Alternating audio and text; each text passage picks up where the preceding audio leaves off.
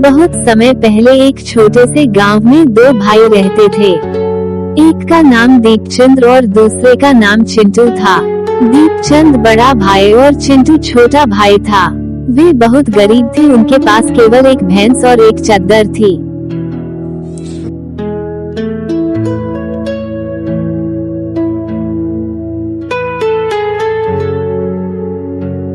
अरे भैया, अभी तक आप सोए हैं? उठिए ना, सुबह हो गया। देखिए, मैं भैंस का दूध निकाल लाया हूँ। आप खाना वाना बना लीजिए।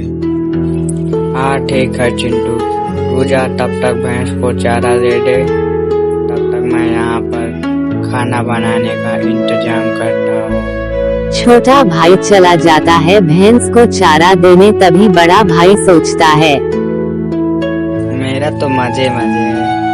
मेरा भाई छोटा साला दिन भर काम करता रहता है और मेरा तो एकदम मजे से मजा है।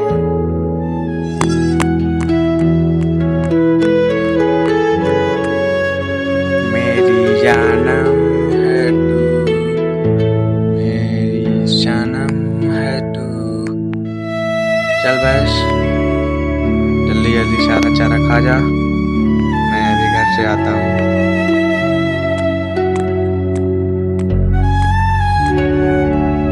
अरे भैया, अभी तक आप खाना नहीं बना चुके? अरे क्या है चिंटू ना, मेरे को आज बहुत बुखार है, मेरा सर दर्द कर रहा है। खाना तू बना दो ना। ठीक है भैया, आप कहते हो तो मैं बना देता हूँ। अच्छा चिंटू, भैंस इस समय दूध ज्यादा दे रही है या कम दे रही है?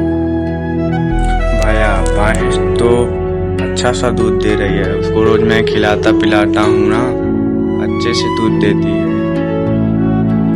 अच्छा ठीक है भैया, एक खाना हो गया, आप खा लीजिए। मैं जाकर भैंस को दिखाता हूँ खाना खा चुकी या नहीं। छोटा भाई चला जाता है भैंस को देखने और इधर बड़ा भाई सारा दूध पी जाता है।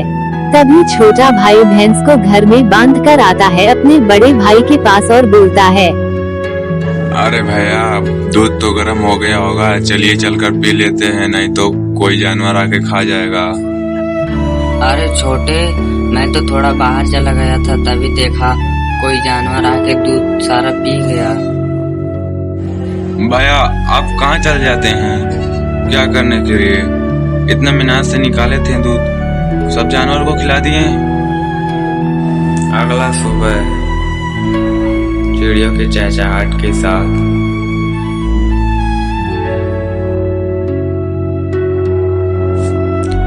भैया उठिए ना, देखिए ना, सुबह हो गया।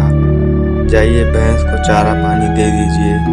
आज हम सोएंगे, कल आप सोए थे दिन भर। हाँ जाता हूँ, थोड़ा सा सो लेने दो, बहुत तेज नींद आ रही है। अरे भैया जाइए ना, भैंस को भूख लग गई होगी, अभी तो दूध भी निकालना है। जाइए, जाकर चारा दे दीजिए भैंस को। आज हम थोड़ा सो लेते हैं। हाँ ठीक है, जाता हूँ, ज्यादा चिल्लाओ मत, जा रहा हूँ।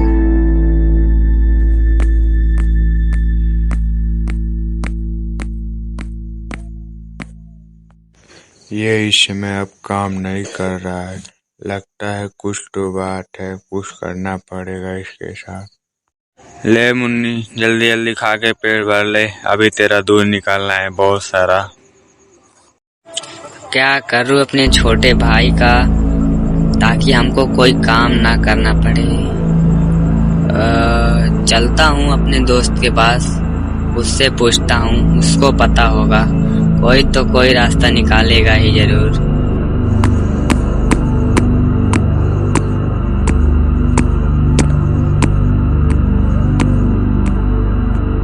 अरे ओ रामचंद्र भाई, किधर हो? रामचंद्र, घर पे नहीं हो क्या? अरे भाई, क्या आप रामचंद्र को देखे हो? नहीं नहीं भाई, मैं तो नहीं देखा हूँ। अबे अब मैं क्या करूँ, उसको कहाँ ढूंढूं? कुछ समझ नहीं आ रहा है।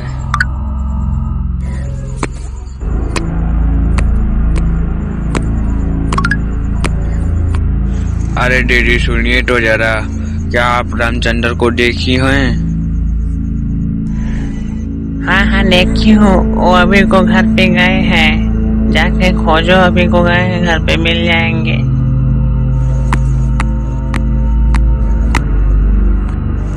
अरे भाई दीपचंद्र तू? हाँ हम ही हैं। और बताओ क्या हाल है? सब ठीक है, अपना बताओ। हमारा भी ठीक है। तो कैसे आना हुआ? बस ऐसे ही थोड़ा काम था, इसलिए चले आए।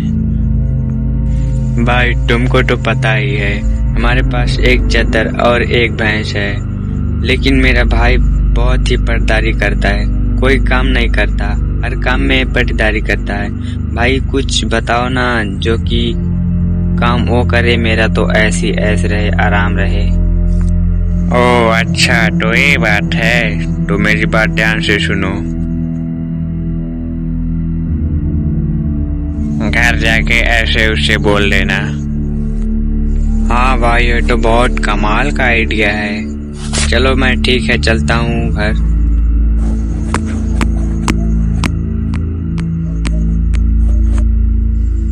और चिंटू सुनो ना, हम दोनों के लिए एक बहुत ही खुशखबरी है। हाँ भाई बताओ, क्या खुशखबरी है? क्या लेकर आए हो, बताओ ना जल्दी। देखो भाई, ये रोज रोज का झगड़ा से अच्छा है हम दोनों आपस में अपना बंटवारा कर लेते हैं। भैया ये क्या बोल रहे हैं आप? अभी तो बोल रहे थे खुशखबरी है, अब बोल रहे हैं बंटवारा करने के लिए। अरे पागल, हम दोनों अपने भाई हैं, हम दोनों आपस में कैसे बंटवारा कर सकते हैं? हम तो तुमको बहुत मानते हैं। अरे अपने काम का बंटवारा करने के लिए बोले हैं, जो कि टाइम से काम होते रहेगा ना। हाँ ठीक है भैया, जैसे आपकी मर्जी, बोलो क्या है। देखो भाई, हम दोनों के पास तो बंटवारा करने के लिए कुछ तो नहीं है, लेकिन काम में जो बंटवारा करना है उसके लिए हम दोनों आपस में कर सकते हैं। भैंस का आगे का आधा पार्ट तुम्हारा रहेगा और पीछे का हमारा रहेगा, और सुबह से शाम तक कंबल तुम्हारे पास रहेगा, शाम से सुबह तक मेरे पास रहेगा। ठीक है भैया, जैसे आपकी मर्जी, जैसे आप कहो। चिंटू बेचारा बहुत ही मंद बुद्धि का था, वो अपने बड़े भाई के सारी बात मान लेता है और अपने भाई के कहे हुए अनुसार काम करने लगता है। सुबह होती है, चिंटू भैंस की खान पान में लग जाता है।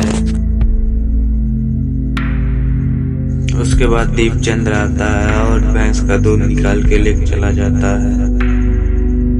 उसके बाद जब शाम होती है तो कंबल अपने ले लेता है और सुबह वो अपने छोटे भाई को दे देता है। ऐसे ही कुछ समय बीतता है।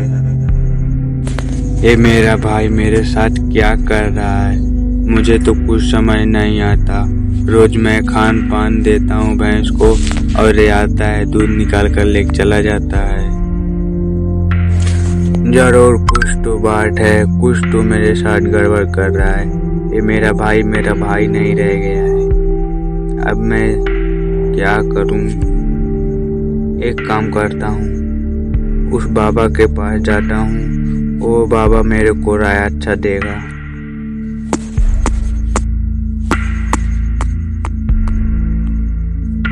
बाबा की जय हो, बाबा की जय हो। आशीर्वाद आशीर्वाद। और बच्चा क्या हाल है? बाबा सब कुछ बढ़िया है, बस एक कठिनाई आ गई है जीवन में। बोलो बच्चा, क्या कठिनाई आ गई है? बाबा देखिए, हम दो भाई हैं, हमारे पास तो कुछ नहीं है, केवल एक भैंस और एक चद्दर है, उसी से हम अपना जीवन बिताते हैं। लेकिन मेरा भाई मेरे साथ पता नहीं क्या कर दिया है, लोग मुझे देखकर हंसते हैं। अरे बच्चा चिंता मत करो, सब ठीक हो जाएगा, भगवान की कृपा से सब बढ़िया हो जाएगा। बताओ क्या बात है? बाबा देखिए, हम पहले बहुत काम करते थे, लेकिन एक दिन अपने भाई को बोल दिए काम करने के लिए, तब से वो काम का बंटवारा कर लिया। हाँ तो उसके बाद क्या हुआ? बाबा जी, भैंस का आगे का पार्ट हमें दे दिया और पीछे का अपने ले लिया, और चद्दर दिन में हमें दे देता है, रात में अपने ले लेता है। अच्छा तो ये बात है, तो मेरी बात ध्यान से सुनो। हाँ बोलिए बाबा जी। उसके बाद बाबा ने चिंटू के कान में कुछ कहते हैं। और सुनो, उसके बाद जो भी होगा सीधे मेरे पास आना, मैं बताऊंगा क्या करना है। ठीक है बाबा जी, चलता हूँ।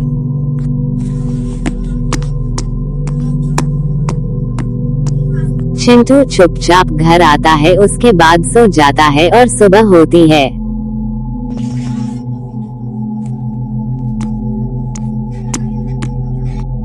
ए ले, चुपचाप सारा घास खा जाना।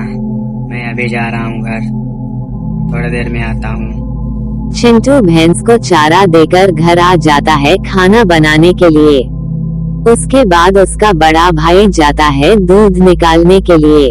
चिंटू चुपचाप देखता है और बाबा का कहा हुआ बात याद करके उसके पीछे पीछे चल देता है। अरे तू मेरे पीछे पीछे क्यों आ रहा है? देख रहे हो ना, जा रहा हूँ दूध निकालने। हाँ तो आप जाइए ना, हम भी तो जा रहे हैं भैंस को चारा देने। आधा भैंस का मेरा हिस्सा है, आप दूध निकालेंगे तो हम चारा देंगे, हमारा काम है चारा देना। दीपचंद दूध निकल रहा था, उसके बाद उसका भाई चिंटू लाठी लेकर खड़ा था। देखते ही देखते थोड़ा देर बाद कुछ ही दूध निकल पाया था, तभी भैंस के सिर पर लाठी बजने लगता है।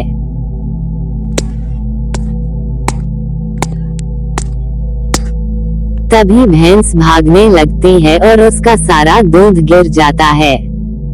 अरे तुमने ये क्या किया? मेरा सारा दूध गिरा दिया तुमने। देखिए भैया, इतना गुस्सा मत होइए। भैंस का आधा पार्ट मेरा है और पीछे का आपका है, इसलिए मैं आगे का जो चाहे वो कर सकता हूँ। आप बीच बीच में नहीं बोल सकते हैं। अच्छा ठीक है भाई, ऐसा मत करो, कल से तुमको भी दूध आधा दे दूंगा, पर ऐसा मत करना। हाँ ठीक है, यही बात तो मैं आपको समझाना चाहता था, आप समझ नहीं पा रहे थे। उसके बाद चिंटू घर जाता है। शाम होती है, खाना बनाकर खाते हैं और सो जाते हैं दोनों। आज रात को कंबल दीपचंद ले लेता है। कैसे कैसे ठंडी में चिंटू की रात बीतता है।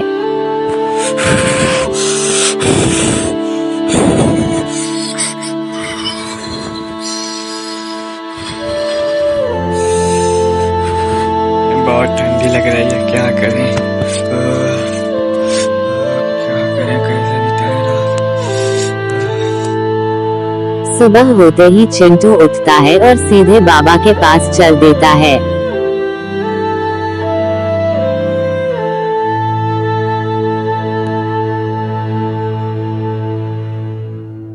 अरे ये तो बाबा इधर नहीं है, पता नहीं कहाँ चले गए। ओ मैं क्या करूँगा अब? ओ भैया आप ये बाबा को देखे हैं क्या? नहीं हम नहीं देखे, इधर तो नहीं देखे बाबा।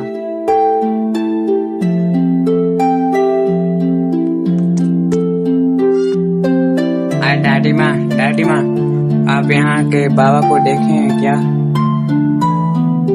हाँ देखी हूँ, इधर ही गए हैं, अब इनको उस कुटिया पे गए हैं दूसरे वाले। हाँ ठीक है दादी, धन्यवाद।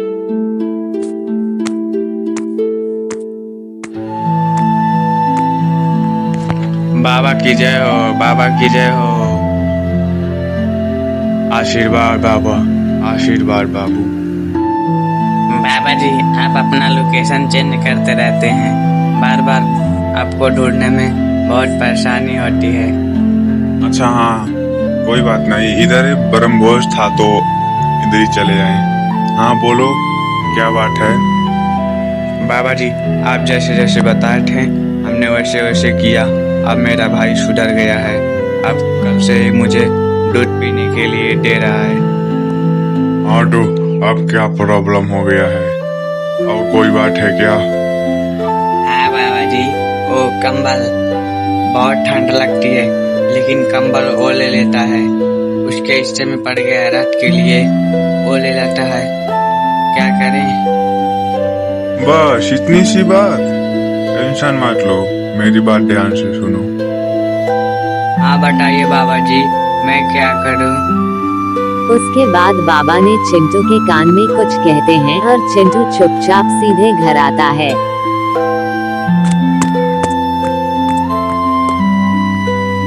अरे भाई, वो तो चिंटू मेरा भाई बहुत ही चालाक निकला। भैंस के गर्दन पे लाठी मारने लगा। अब मैं क्या करूं, सारा दूध गिर गया, तो उसको भी दूध आधा देना पड़ता है। और क्या करूं, कोई रास्ता नहीं है। नहीं भाई, अब तो तुम्हारे भाई को कोई कुछ सिखा रहा है। कोई तो है जो तुम्हारे भाई को बुद्धि दे रहा है, और कोई रास्ता तो नहीं है। अब उसको तुम्हें आधा दूध देना पड़ेगा। हाँ भाई, आधा तो देना ही पड़ेगा। भाई है तो उसका आधा हिस्सा होगा ही। हाँ तो वो बताओ, कंबल रात को पाते हो ना फुल मस्त से सोने के लिए? हाँ भाई, रात को तो एकदम मस्त से नींद लगती है। कंबल ओढ़ के पूरे मौज से रात को सोते हैं, अच्छे से सुबह हो जाता है। और चिंटू आज मन ही मन खुश था। घर बैठकर सोच रहा था, आज तो मजा आएगा रात को। हम बहुत रात बिताए हैं ठंड में, आज पता चलेगा भैया को। दीपचंद घर आता है।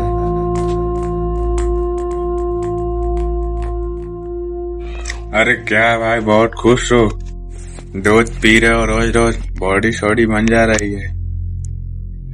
अरे नहीं भैया, खुश नहीं हूँ, बस ऐसे ही सोच रहे थे कुछ। हाँ ठीक है। और भैंस को चारा दिए कि नहीं? शाम हो गई है, जाओ पहले चारा देकर आओ। भैंस दिन भर से कुछ खाई नहीं है। हाँ जाता हूँ। आप पोछा ओछा लगा लीजिए, हम रोज रोज पोछा लगाते हैं, आज आपका काम है पोछा लगाना। छोटा भाई चला जाता है मैं इसको चारा देने।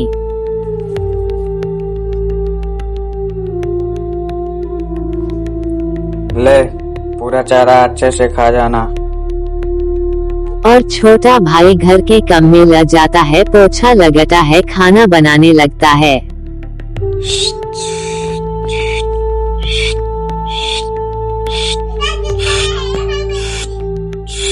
और खाना बनाते हैं, दोनों बैठकर खाते हैं।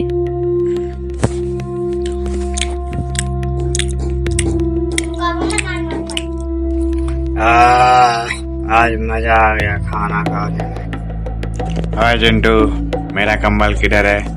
मुझे नींद लग रही है, ला दे, मैं सोने जा रहा हूँ। बाहर बालकनी में है, सूखने के लिए फैलाया था, ले लो। आज मजा आएगा। आज हमारी तरह रोज जैसे मैं ठंडे में सोता हूँ, आज वैसे सोएंगे ना, तब पता चलेगा इनको। अरे तुमने भेकर क्यों रखा है? तुमको पता है ना शाम को मेरा है, तो भेव के कर क्यों रखे हो? अरे भैया, आप ज्यादा भड़किए मत। वो तो मैं सुबह को ही भेजा था, क्योंकि सुबह को चद्दर मेरे पास रहता है, तो मैंने सोचा इसे धुल देता हूँ। कैसे कैसे रात बिताते हैं ठंडी में दोनों भाई।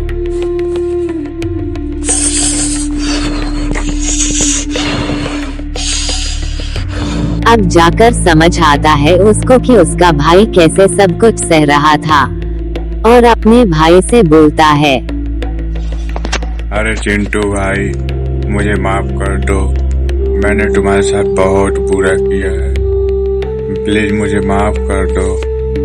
मैं अब से ऐसा कुछ नहीं करूँगा, और हम दोनों साथ साथ मिलकर रहेंगे।